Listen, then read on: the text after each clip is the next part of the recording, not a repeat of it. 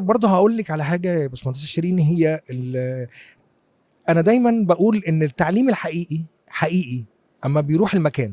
ليه؟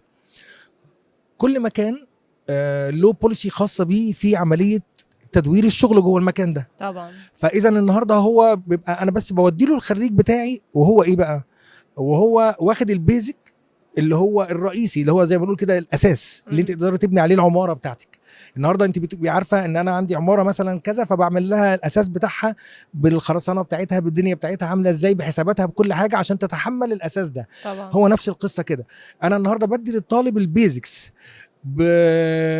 في شتى المجالات اللي هي ريليتد بالتخصص بقى طبعا. هنا، وبعدين بحيث ان هو يبقى عارف النو هاو بتاع الموضوع، ولما يروح المكان هو اوريدي بقى بيتعلم طبقا للبوليسي، لكن مش بيروح يتعلم فروم سكراتش من البدايه. لا، هو رايح ثيوري وجاي يطبقه. بالظبط كده. هو عنده خلاص عنده داتا معينه وعنده معلومات معينه فيما يتعلق بالمجال. لما نيجي نتكلم على مجال المفروشات مثلا على سبيل المثال، يمكن شطه بالنسبه لطارق خليل شخصيا، يعني هو احد اللي هي مصادر الانسبيريشن بتاعته في الشغل.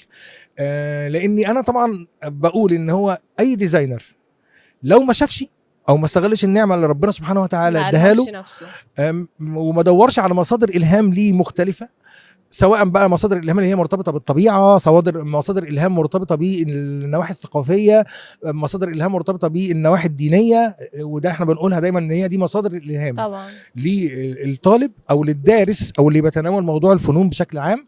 وبالتالي هو لازم النهارده يكون من ضمن مصادر الالهام بتاعته بقى اللي هي دي، ان هو ينزل يشوف بعينه البرودكت بالظبط هو طبعا. ايه، شكله ايه، عامل ازاي، علاقات الالوان مع بعضها ازاي، طب مين اللي قبل مين، وايه ارتباط ايه بالانتيريور ديزاين.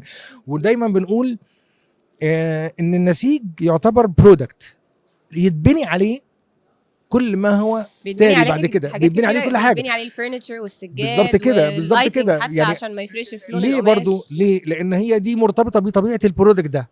البرودكت النسيج هو بينتج ماس برودكشن، ففي كميات طبعا. فانا النهارده ممكن كاستمر يعني مثلا بروح اختار الوان معينه للقماشه بتاعتي، عايز اخد الستاره دي مع قماش التنجيد ده مع المفرش ده مع ده برودكت موجود، فانا باخده وابتدي ابني عليه كل ما هو بعديه، اللي هو كل بقى الانتيريور، ارضيات، سواء الارضيات دي كانت ارضيات خشب، ارضيات رخام، ارضيات ايه وات ايفر ايا كان، لان كل الحاجات دي موجوده ايه باي بيس. لكن التكستايل عامه او الفابريك عامه هي اللي بتبقى دايما موجوده كماس برودكشن.